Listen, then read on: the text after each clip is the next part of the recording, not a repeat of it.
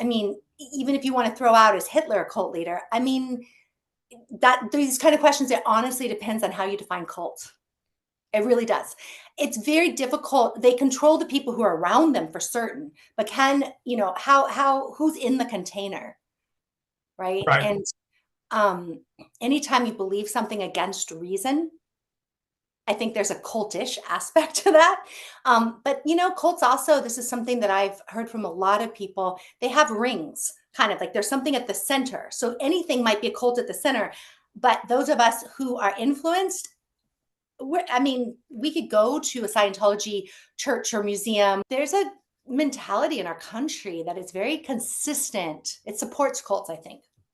I'll just keep asking because I think that your experience and your willingness to talk about it is, first of all, incredible experience. Amazing that you were able to break off and do the stuff that you've done, but being able to talk about it, I think helps a lot of people understand what's out there and how some of these cults work.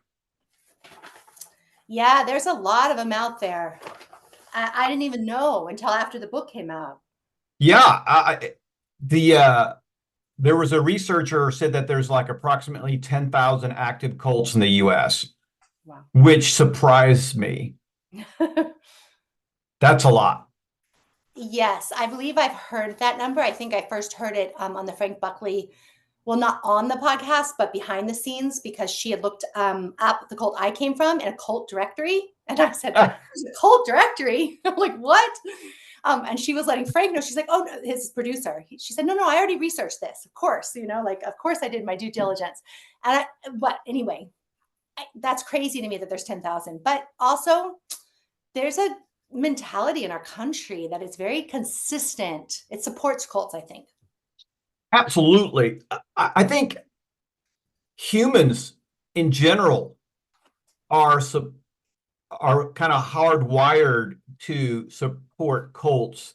One of the things that I noticed like 10 years ago, and for whatever reason, I remember having this aha moment that this is why cults work, and this is why certain what do you call it, groups come together, and this is completely disconnected, but I was working out at a health club called 24 Hour Fitness, and they had a bunch of fitness trainers there, which totally makes sense.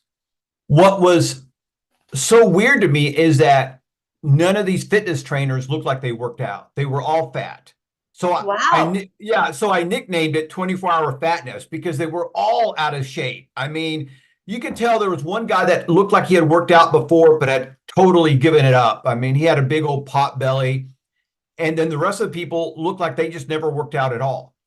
And what happened to me, the epiphany was that people are so starved for leadership. They're so starved for being told what to do or how to do it that they'll listen to anybody who raises their hand and says, I can help you. I'm a leader.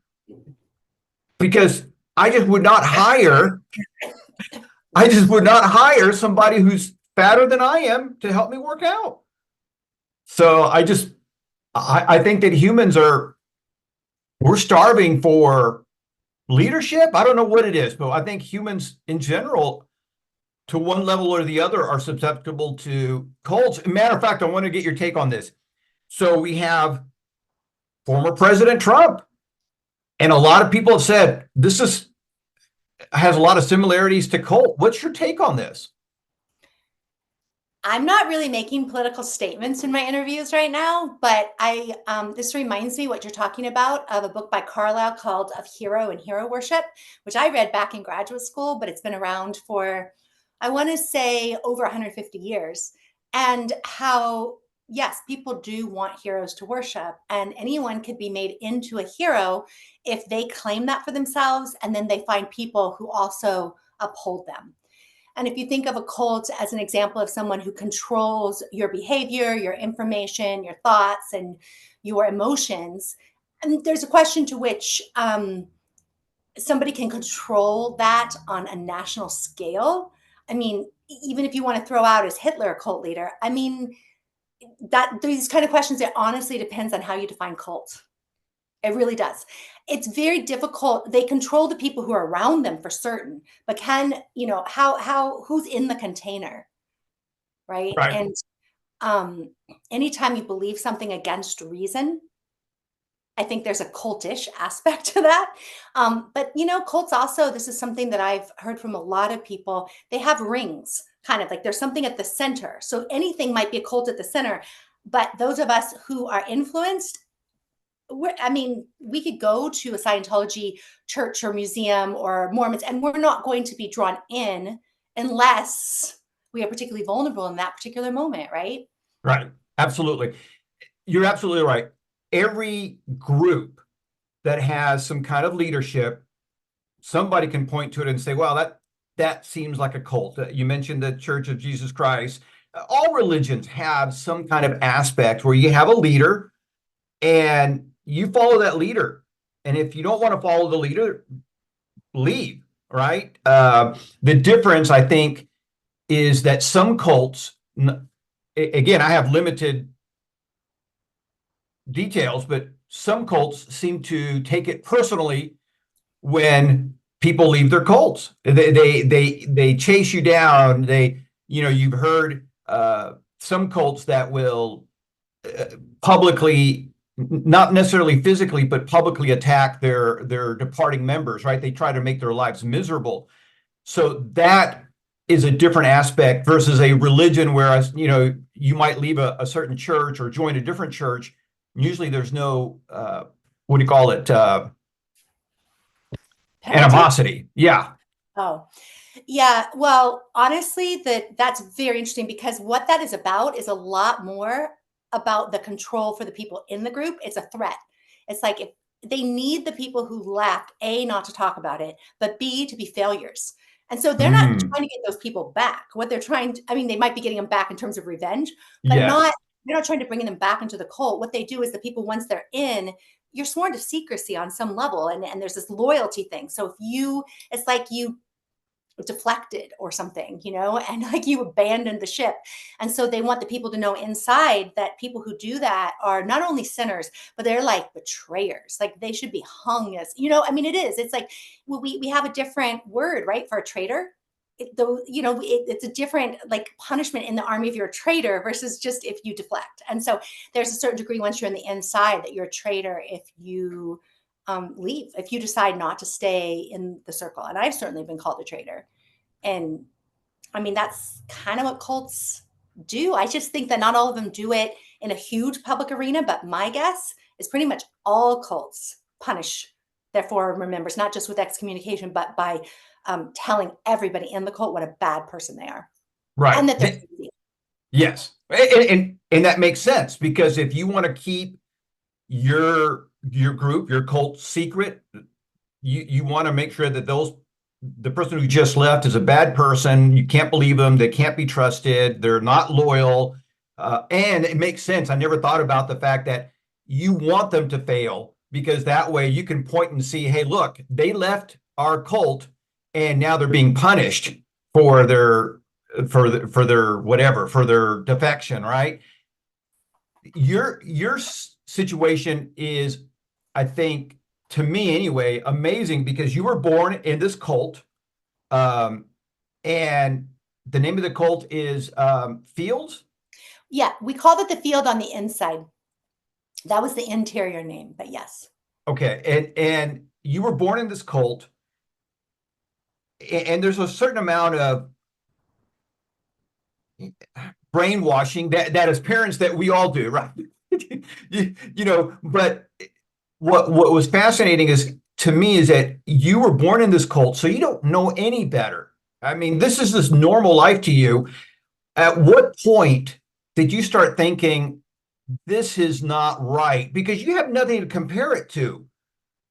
So I'm trying to just wrap my head around the fact that here you are, you're starting to make these thoughts or these decisions that are completely contrary to what you were brought up in. Well, I think that this is very common, not just in cults, but in families that are dysfunctional. Mm, Children blame themselves for what they see as quote what's wrong. Like if their needs aren't getting met, they blame themselves for that. So if their parents are alcoholics or drug addicts or in prison or whatever, in any way that their needs as a child, you can't count on your parent, you blame yourself. So I think that there was the majority of the time that I was there, I blamed myself. And I would say even up until the very end, I was blaming myself at least 80%. And so there was a certain degree to which I was excommunicated, yes, but this leaving was also because I couldn't stay. I couldn't get it right because it stopped making sense to me. But I don't know that I thought that they were bad, like wrong. I just think that I felt like there's something wrong with me that doesn't fit into this. Now, only in retrospect can I say that I think my mother probably pushed me out.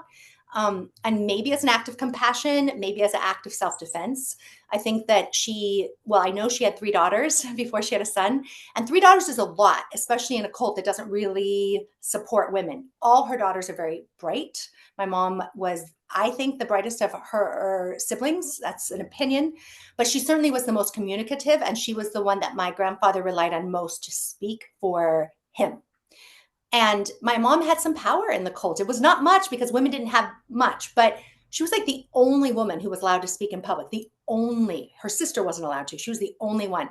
Could she really afford to have 3 daughters coming right after her, nipping at her heels? Like, I think to some degree, my mom alienated each of us. I mean, all of us left except for my older sister. She made it so uncomfortable, you know, that I think that I just don't think I could have stayed, like there was just everything in me felt so um angry, I think, even though I was taught not to express anger, so I didn't know that that's what I was feeling. So right. my parents never argued publicly, like even inside the home. Wow. What I mean, like I never heard my parents argue ever. And they stayed married till my mom died and never heard them argue.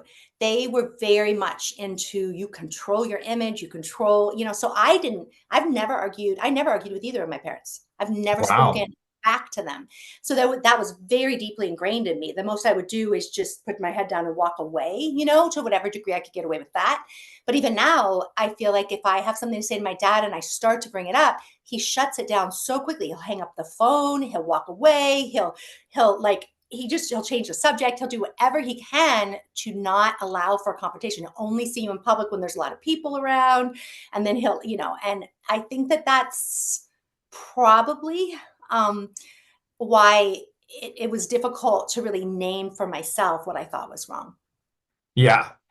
And again, it makes total sense. But that's weird. So it sounds like there was a little bit of competition in in this cult. You're because you were saying that your mom might have There's been concerned that There's you guys. always competition in cults. You cannot have somebody at the top. It's just like all the old stories of Shakespeare and the king. Everybody's always trying to kill the king. Everybody's always trying to be in the right hand position. That the whole story of Lucifer being like he thought he was jealous of Jesus being at the right hand of God, and he took 1/3 of the angels to fight against God. I mean, this whole legend of that. If you have a tight control, there's always somebody trying to get rid of the person, maybe at the top or maybe right next to the top. Everyone wanted my mom's position. My mom had a lot more freedom than everybody else did, of course, but she would never say it was competition. And I can't say that I competed directly with her because she was in a power position. She won. Had I stayed there and she had indoctrinated me to stay there at all costs, I think there's a chance that at some point I would have risen above her. But that did not happen because I was still so young. Right. But I want to throw out cults are extremely competitive. It's all politics inside of a cult, like is in terms of the position of power. I mean, how else? And the leader can always say, and this is true, even if you want to use somebody who may or may not be a cult leader like Trump. I mean, you can just get rid of somebody who disagrees with you, right? I Right. mean, that's what cult leaders do, is they get Abs- rid of the people who challenge them. If you have Absolutely. a daughter, she might challenge you, right? That's Right. a high possibility. Interesting. The other thing that you said that I found very interesting is this thing that that the women were really subdued. They weren't allowed to have any power. As you said, your mom was the only one allowed to speak publicly and the only one allowed to speak for your grandfather. Why is that? Because I guess, again, it's obviously a form of control, but why take that power away from women? Is that maybe like a misinterpretation of like stuff from the Bible or the Old Testament, or because it almost sounds like the Taliban, right? That's what the Taliban do. Women have no rights to do anything. Bert, I'm going to make a bold claim here. All powerful institutions restrict the rights of women. All powerful institutions restrict the rights of women. It's very, very important once women start getting power that you control the means of production, which is the means of reproduction. You cannot Right. have women making the choices for themselves if you're going to maintain total control.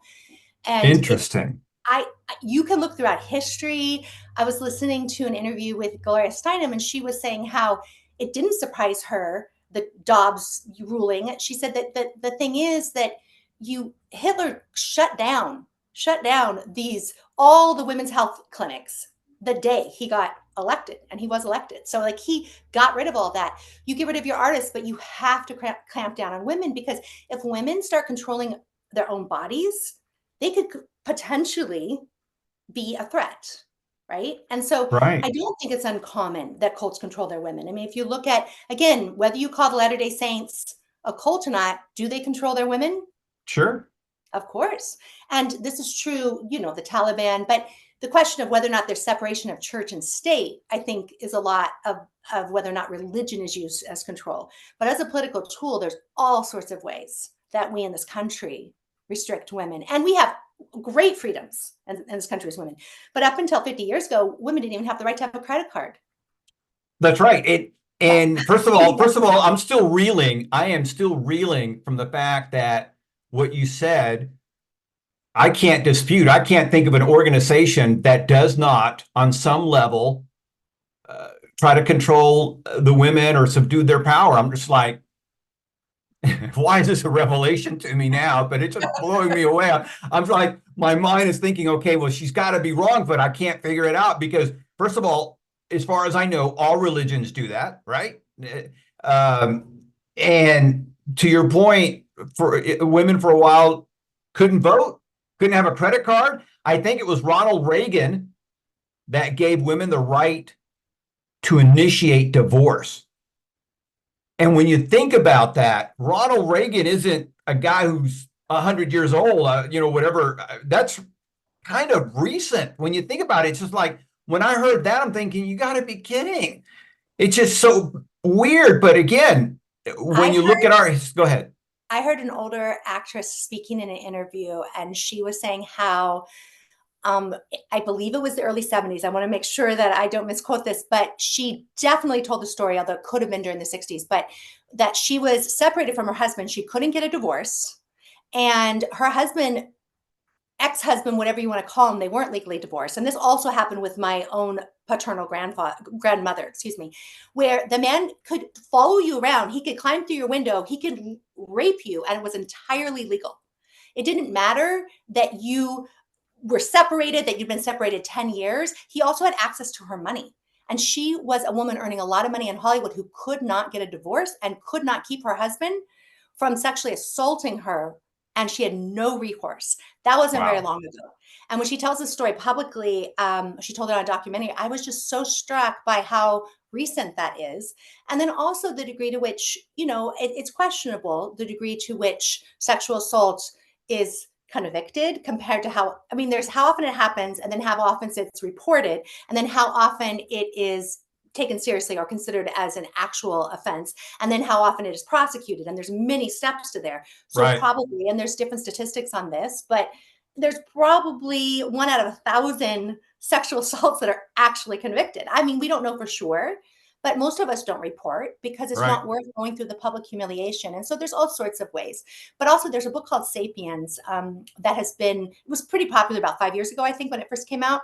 But he goes into sort of how a different theory sort of on how humans evolved.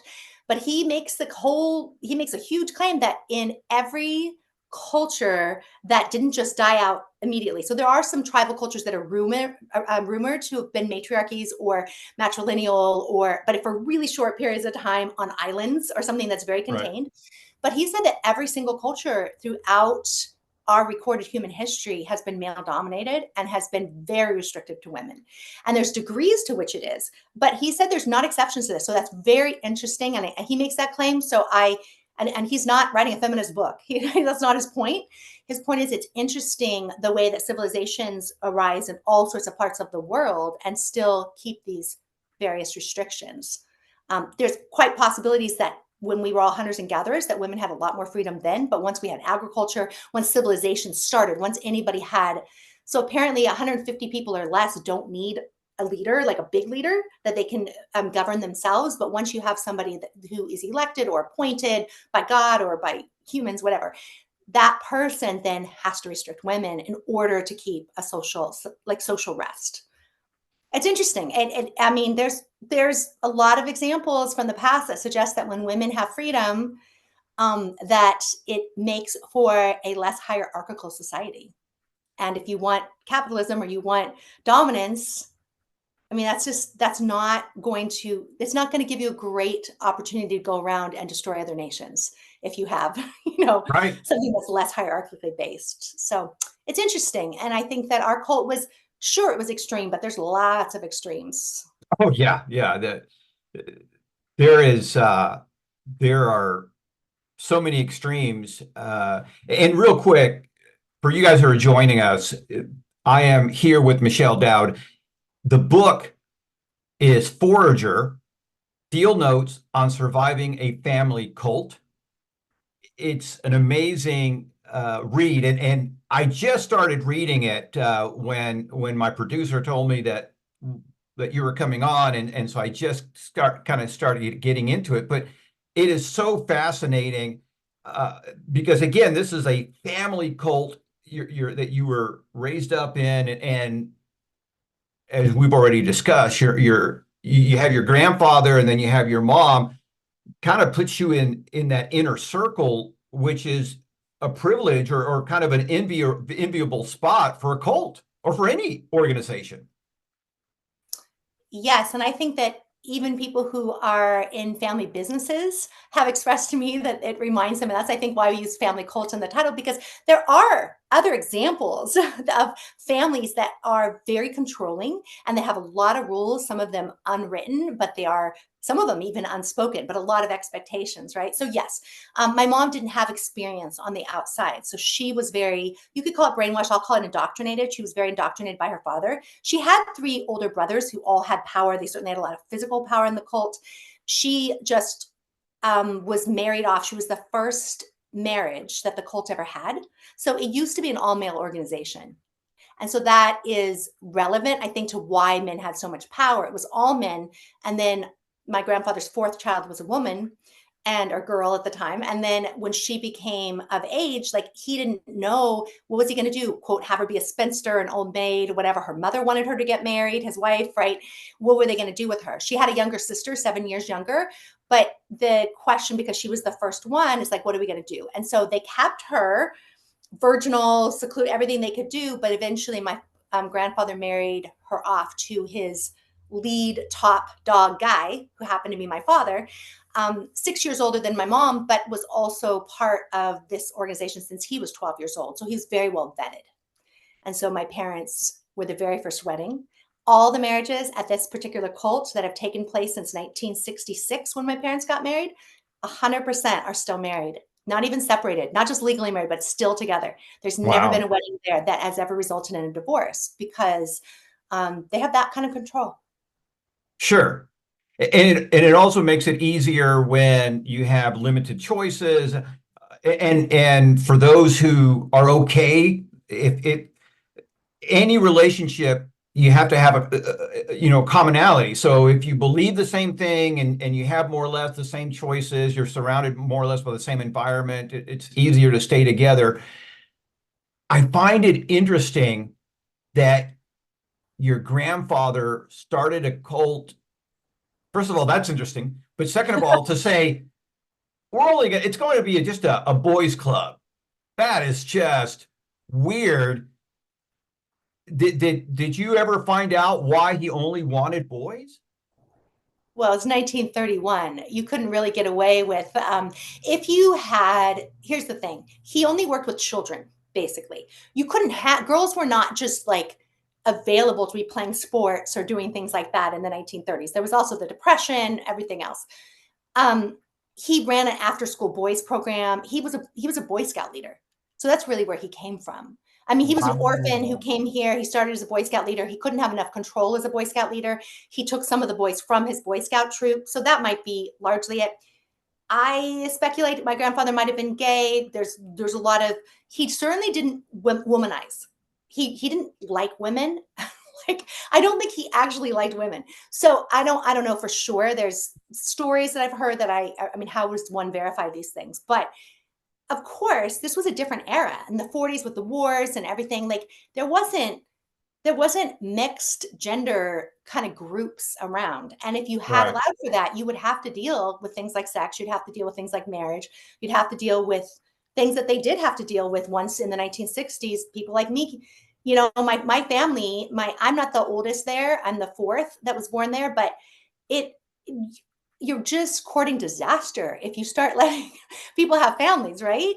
Like, if you Right. can keep, he believed he could keep all those boys or those men celibate. And if they chose to leave, that was on them. But he did presumably keep, I mean, he had a couple guys who were old men when they died. And by all accounts, like, there's nobody who's come out of the woodwork who says that they weren't celibate. They were men who stayed with him since the 1930s, who died there in their 90s, or some of them in their 70s, that were followed him their whole lives. That's So amazing.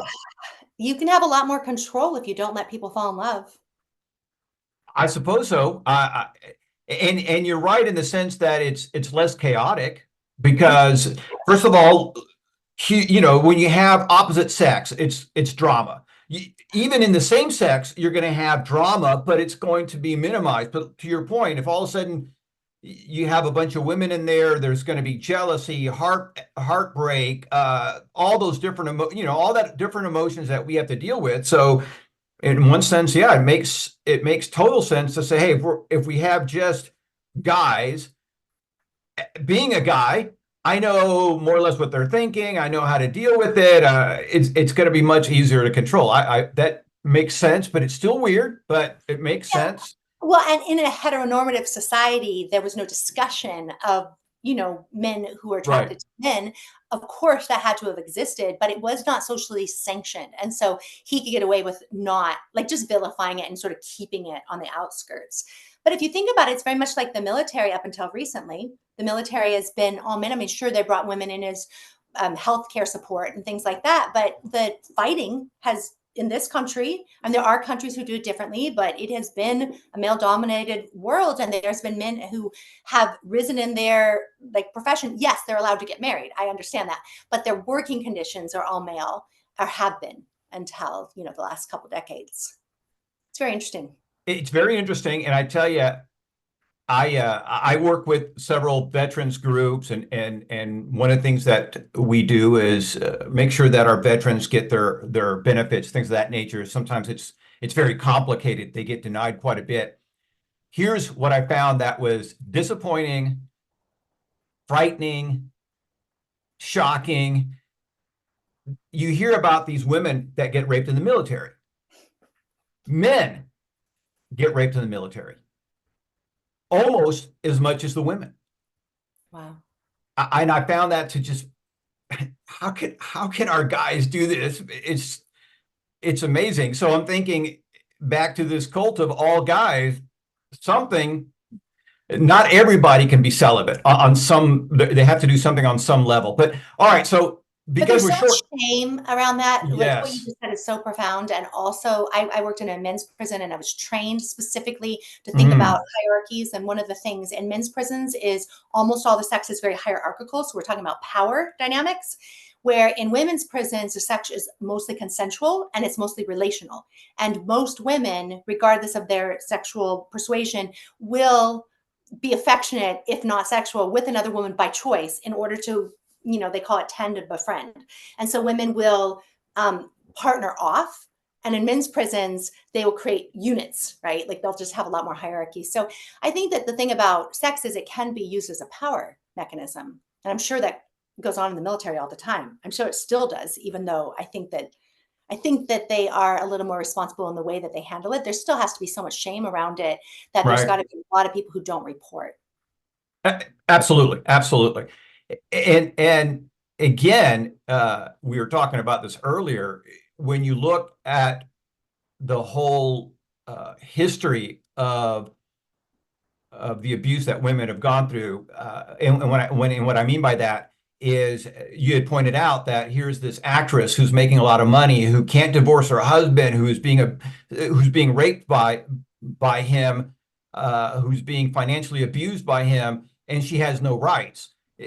That's, and like you said, it isn't that long ago. I mean, we're still seeing that even today. It's been greatly reduced because now men in society in general are starting to realize, hey, some of these women are being abused. There is no system for them, or there wasn't a system for them for the longest time. Like, anyway, so yeah, it's incredible. One of the things I tell people, I'm an immigrant, and one of the things I tell people about America is great. I'm sure that there are other countries that are just as great, but this is where I'm from, or at least where I grew up. And so the great thing about America is that it is an equal opportunity abuser. Also, all of our societies, from the Native Americans to the women to any other immigrant group that's come here, has had their experience of abuse, whether, and it's been physical, it's been financial, it's been, you name it. It's, for some reason, it's part of the what do you call it? The process of coming to America. You come here, you'll experience some level of prejudice or pushback, but if you persevere, if you stay at it, you'll eventually come out okay. What country is your family from, Bert? Cuba. For Cuba. Hmm. And yeah, so again, I'm as an immigrant, I was born there, and I'm so grateful for the United States because, again, this is one of those weird things, and not to go down the political rabbit hole, but if you're Cuban, you know, for almost any reason, you can come to the United States. If you and I get on a raft and we make it to close to the Florida Keys, we're gonna be brought in. Oh, they're Cuban, take care of them. But if we're Haitian and we make it, we get sent back. And that's all political. But anyway, so I want to talk about this. So here you are, you leave this cult and you go where? So I do want to, I've been told that I don't talk about the book often enough in my interviews. I do want to mention that the book does look at these kinds of hierarchies, which I think are very similar to what's going on in the United States in general, but from a child's perspective who doesn't make judgments on these things, but just observes them. And so that child's me, but I'm speaking about her in third person because she's a character in the sense that, she is her own voice. And the voice of that child is not the voice of me now. It is the voice of a former version of myself. And so when I was going through the process of becoming aware, I think it's very similar to many people in this country who have no idea. And we're always told it's a great country, but they're not necessarily aware of the abuses. And I'm not excusing, anyone for not understanding racism or I mean, there's so much ethnocentrism, and obviously there's sexism, and there's things, but I think that you don't see it if it is the water you swim in. Right. And so was my experience growing up. Is I didn't, of course there was the hierarchy because that's the only world that I knew. And so men had the power. And if I wanted, to be protected in any way, it was, there's the kind of that slogan, the alcohol, the cause and the solution of all life's problems. It was like, that's what men were. They caused a lot of the problems, but, maybe all my problems, but they were also the only solution for my problems. Like, you had to befriend somebody in power. And so as I was, getting older and starting to be a teenager and starting to get male attention, there's this constant dance of like, can this male attention serve me, or is this male attention going to destroy me? And Right.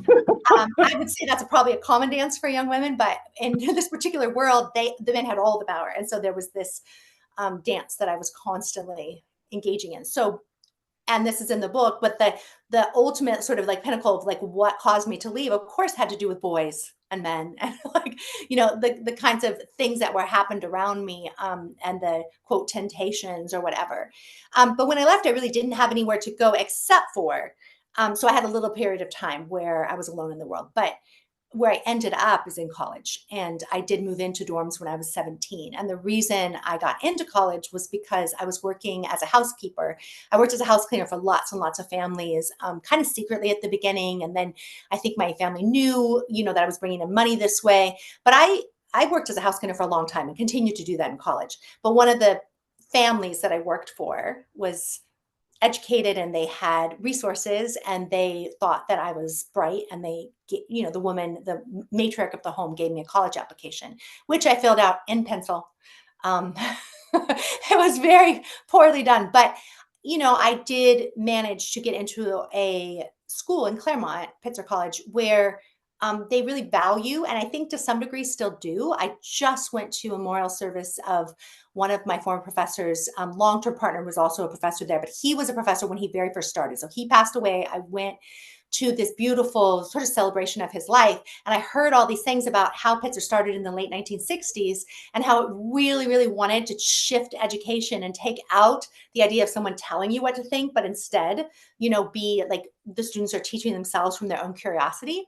And when I got there, and one of the guys who was a friend, so very, very old man, he said that he thinks until the early 90s it was still like this. And I thought that sounds about right, because I still felt that.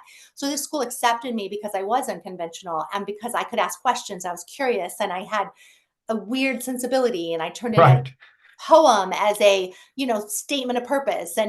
But I think that compelled them. Now, I also did, to be fair, take some exams, and they let me, for example, I was able to forego taking any writing classes or math classes. I actually was really adept at those things. I think that learning by doing, so even though I didn't have formal education, I had read the Bible cover to cover from a very young child, but also continued to cross-reference the Bible for many, many years until I really understood the language of King James. And that's a real critical thinking sort of tool. I Right. certainly, could read Shakespeare and understand Shakespeare because it's the same era as there's that particular translation of the Bible. And so when I got to college, I actually was so excited. I didn't understand the culture of the socialization. Like, I was very scared about other people my age. That freaked me out. But I was really interested in the learning aspect. And so I became very close to professors and went straight to grad school, but also started teaching college at 21. And I taught at major Wow. university. So I got like a writer in residence job kind of thing at the university writing program in Boulder, Colorado.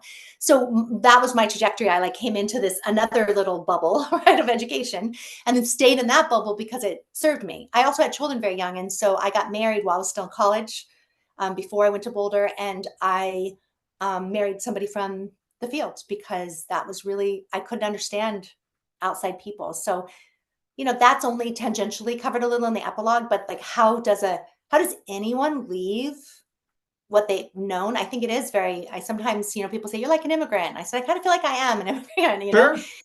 because when you come to a new place, you have to learn all the new customs and the values of the particular community that you're in. And it can take some time to really, you can call it deprogram yourself, but reprogram, to figure out Right. what anybody wants and what brings in money. So, all those kinds of things.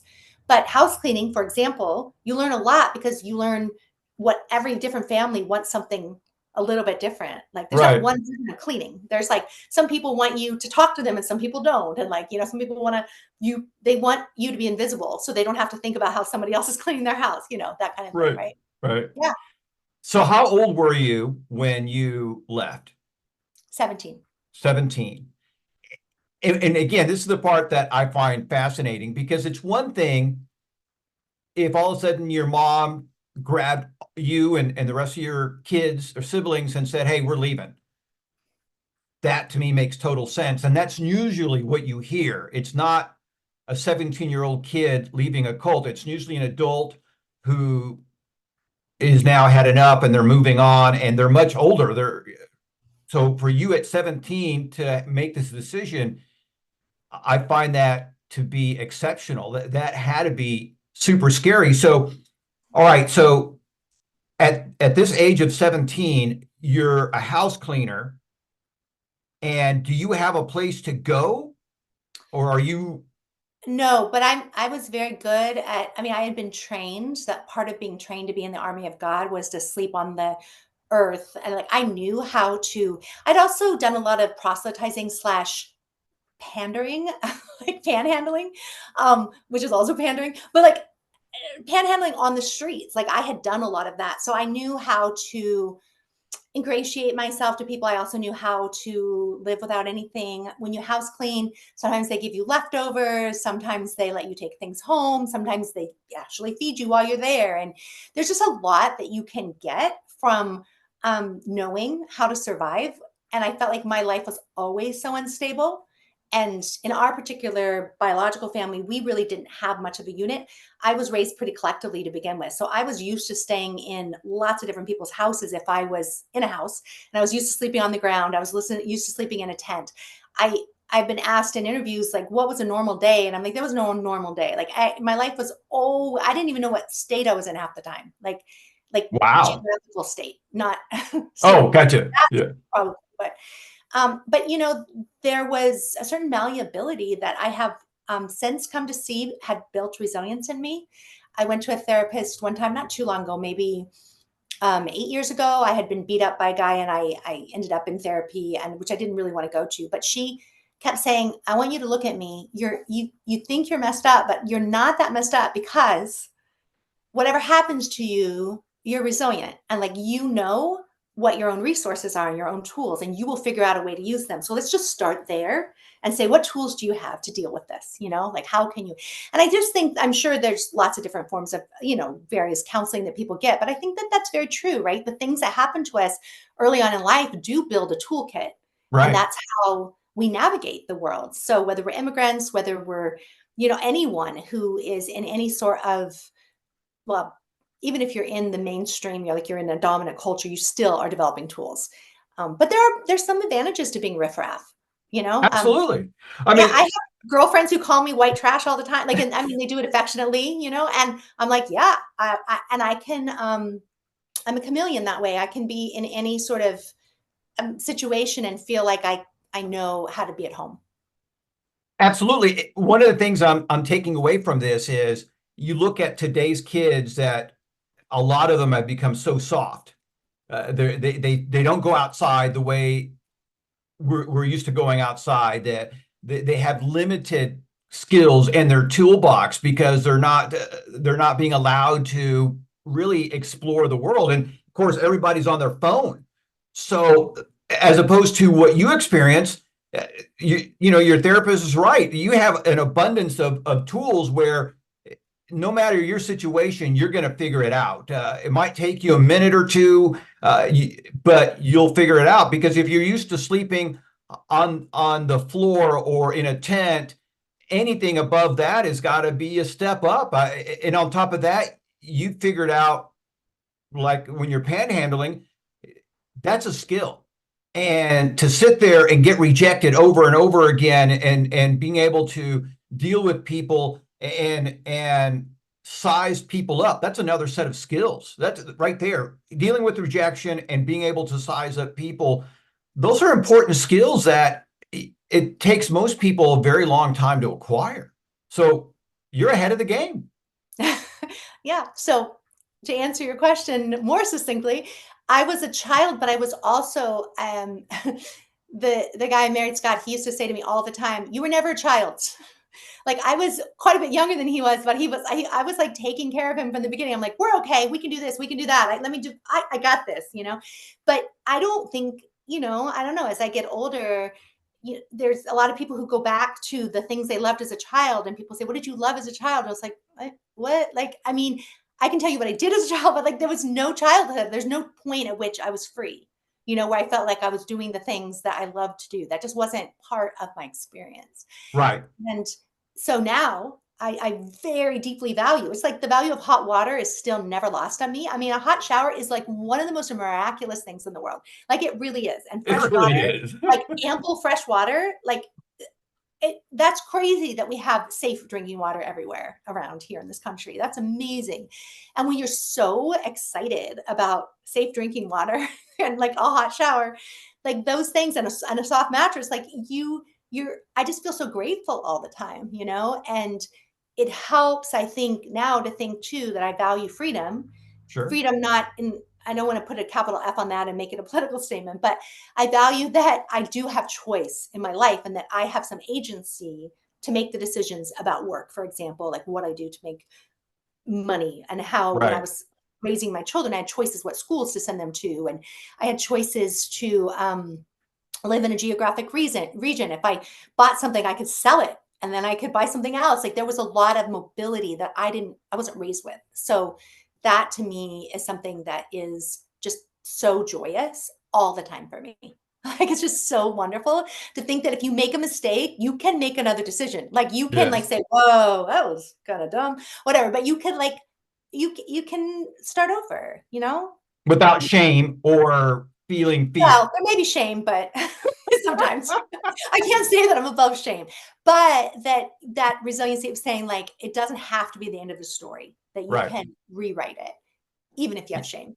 Yeah, yeah. And that, by the way, is a great lesson for all of us to remember that no matter the mistake, no matter how we're feeling, get up, try again. All right, the book is Forager. Why Forager? What is the significance of that?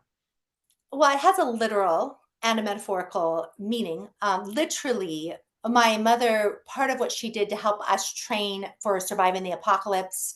So the idea that, the second coming was going to come, there was going to be potentially, depending on how you read Revelations, but in their interpretation, 1,000 years of terror rained down upon the earth. And so we had to learn to survive when the system collapsed, so whether that the apocalypse ended up being nuclear war or, however God chose to like sound the trumpet and have things shift. They believed that was going to happen in 1977. And then after that, they thought that the dates were just kind of off or whatever. And so we were trained, and my mother became an expert at plants that just grow in the region that we were living on the mountain. And so for 10 years, I lived on a mountain where I learned to eat off of what happened to be growing, whether that's acorns or whether it's learning to work with the bark of a tree or whether it's elderberries or choke cherries or, those kinds of things. You learn what season. And so I foraged around for literal food. And then, of course, in my case, foraged for words to understand the context of the Bible and then to ask for what I wanted. But then also when I left, which was it's a big thing in the book and it's a big thing in my life, is that then you have to forage for what you need on the outside. And that is a different kind of foraging, but it's still foraging. And I think that the difference between preppers, for example, and survivalists, so preppers hoard things so that they'll be prepared. And Right. I was trained to survive when you don't have anything. And so I do think that that's a really interesting life skill, is like, if you have nothing, what's the first thing you reach for? What is the first thing, that you go find? And there's games like that. I think there's training games like that where you are looking for, like, if you're in a, what do they call them? Like there's those escape rooms or things like that. Like there's just situations where you have to think critically of like, what's the next thing? And I think foraging is very much a skill like that you're always looking for what it is you need from what's around you. And that Absolutely. is why I call it forager. Yeah, and I think that's great. And everything you said is absolutely true. Even today, we're all kind of foraging, trying to figure it out and make the best of what we have. Uh, People sometimes get in that victim mindset where they can't do this because I don't have this, I don't have that. And the reality is none of us all have everything that we need, but it's not about what you don't have, it's about being resourceful with what you do have. And so being able to know what bark to eat. Did you have a favorite bark? It's like such a No, weird. none of it tastes good. None of it tastes good. But to go on what you were saying too, I have often found that I have some very close friends I've had for decades now from the outside, and I have tended to become closer to people who had very troubled childhoods of some way, especially those who are raised without resources, so raised in poverty. of one form or another, because I tend to find we have a really good sense of humor, like a dark sense of humor, but also like I just think that there's something like so wonderful about people who you could have called them victims at the time and they never would have chosen this life for themselves, but they figured out how to get out of their family of origin to whatever extent. They might still have a complicated relationship and maintain, Right, communication, right. but the people who I love and like and just really cherish and I feel like who really get me are people who just like they just have one reason after another to like laugh at the drama or the pain or the chaos or whatever of where they come from. And it really helps, I think, us forgive each other easier to like, I just feel like there's so much less that's unspoken because we're just used to telling the truth and it's easier to tell the truth to somebody who's been through it than it is. So I've certainly met wealthier people who were raised with a lot, more of codified privilege, a lot of, wealthy white men or whatever. And you're just like, oh God, like they don't even, they think that that's the only thing in the world because they haven't necessarily experienced anything else. And if Right. something goes wrong, they think they have no agency at all. It's like, well, or they have to go home and ask daddy to pay for it. Right. Right, right. Yeah, I just thought it's interesting. it absolutely is. There's that entitlement. Hey, this isn't right. You don't know who I am. I'm not used to being treated like this. Whatever. Get out. Right? Yes, I offended a lot of people in my life. But also going back to the shame thing, I think that there is something about dealing with the shame because poverty is a source of shame in this country. And I don't Sure. think we easily get out of that. And I think we carry it with us. And I was at this memorial service that I'm mentioning just a couple days ago on the weekend. And there was a woman who was related to the man who had died by marriage and a daughter-in-law, basically a stepdaughter-in-law. But she had given, or her mother-in-law had given a copy of Forager to her daughters, and she apologized to me and she said, I'm sorry, I can't read this. And her daughters were there talking, they're 18, 16, it was super interesting conversation. And I said, oh, of course, or whatever. And she said, no, I want to tell you we have something in common. And she went on to tell me that she'd been raised a Hare Krishna in a very restrictive and very painful way that a lot of people don't understand. And I said, of course I don't understand. I mean, I've certainly heard of the group, but she said there's so many different ways that they were abusive to women. And she said, I just can't bear to read stories about people who were, controlled and Abuse. restricted like that, right? And abused. And I said, oh, please, like, I'm not here to tell you to read this. But what I did say to her, she said, I 5 years ago, she said, I could not have told you that. I was so ashamed of where I come from. And all I could say to her is, I have heard from so many women who have come out of super restricted backgrounds, and every single one of them expresses shame. And I want you to know you're not alone. You don't need to read a book. If you can read the book or not read the book, that's not my point. But my point is, we have all felt that. We feel shamed, like somehow she was born there, like But there's so much shame attached to where we come from sometimes that is so unwarranted, but it is indoctrinated into us. And I wanted to address that since you brought it up earlier, because I think that sometimes if people think like if I feel ashamed, I must have done something wrong. And that's not true. A lot of times, I mean, guilt maybe because you did something wrong, but shame often comes because it was programmed into us and it's a control mechanism. And so for me, I have to encounter shame all the time. Like I feel it and I'm like, ooh, that's shame, and then what do I think about that? I'm like, I wouldn't judge somebody else for that. Like, why am I judging myself? Right. But it can take a long, long time. And I would like to say that it gets better. I think it does, but I don't know if it ever goes away. We'll see. Maybe in a few decades. I'm Well, writing a book. Yeah, I go mean, who ahead. knows, right? So you were saying you're writing a book about shame? What was that? It's not specifically about shame, but it's called Prodigal Daughter, and it's the book I'm working on right now. And it's a follow up to Forager, a form of a sequel that looks at what happens because the prodigal son story, the biblical prodigal son, goes out and spends his dad's fortune and everything, but he gets brought back into the fold, and his father forgives him, et cetera, et cetera. And I don't know that there's really stories like that about women. I don't know that as a woman, you could go out and sin and do all the things and go to the house of prostitution, all that, and be taken back and forgiven. So it's called that for a reason.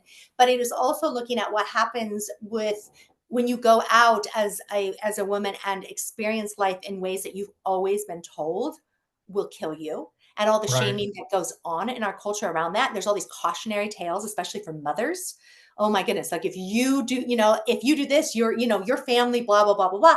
And so what I'm exploring right now, I mean, through telling a true story of my own, of a period of my life, but really exploring how much new experiences that other people might judge me for were so useful in finding my way outside of a cult, and how many of us keep ourselves chained even when we're no longer chained because we've been trained to see ourselves that way, and how much risk it takes to deal with the shame and break free of the programming and the indoctrination and the tenets that you were taught as somebody growing up. So that's what I've been exploring lately, and it has been very eye-opening to me to think about how I came to that, so that I can Absolutely. yeah. So You- whether that's tattoos, smoking cigars, or those, there's more, a lot more, but right. yeah. Well, and I think one of the benefits of getting older is that you're able to shed those different levels of shame, because what was embarrassing or shamed you when you're 17, probably by the time you're 20 or at least 30, no longer is a thing. You've been able to shed that. And that is an unfortunate thing about humans, that it takes us so long, number one. Number two, that it's unfortunately different timing for everybody. It would be great if either in a high school or maybe junior high, if there was a what do you call it, a class that helped you deal with shame early on, because it does hold us back. Those doubts, those fears probably are more destructive than anything else, and causes all sorts of problems. Thank you for sharing that. And I really wish we did teach young people that. So maybe we can help the young people that we know. I need to wrap Absolutely.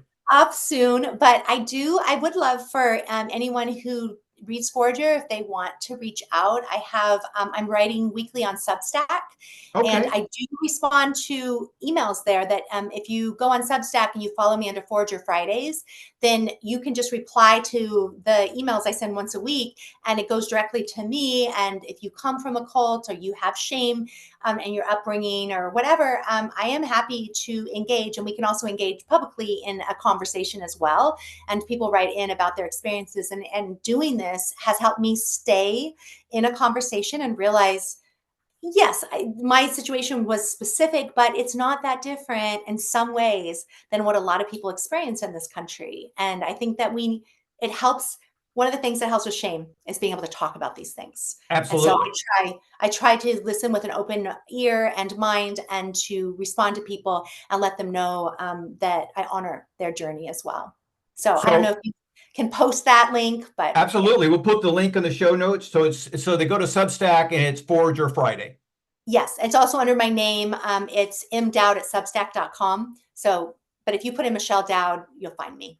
Great, great. Michelle, thank you so much for stopping by. It's been a thrill getting to know you. Thank you so much, Bert. It's a pleasure.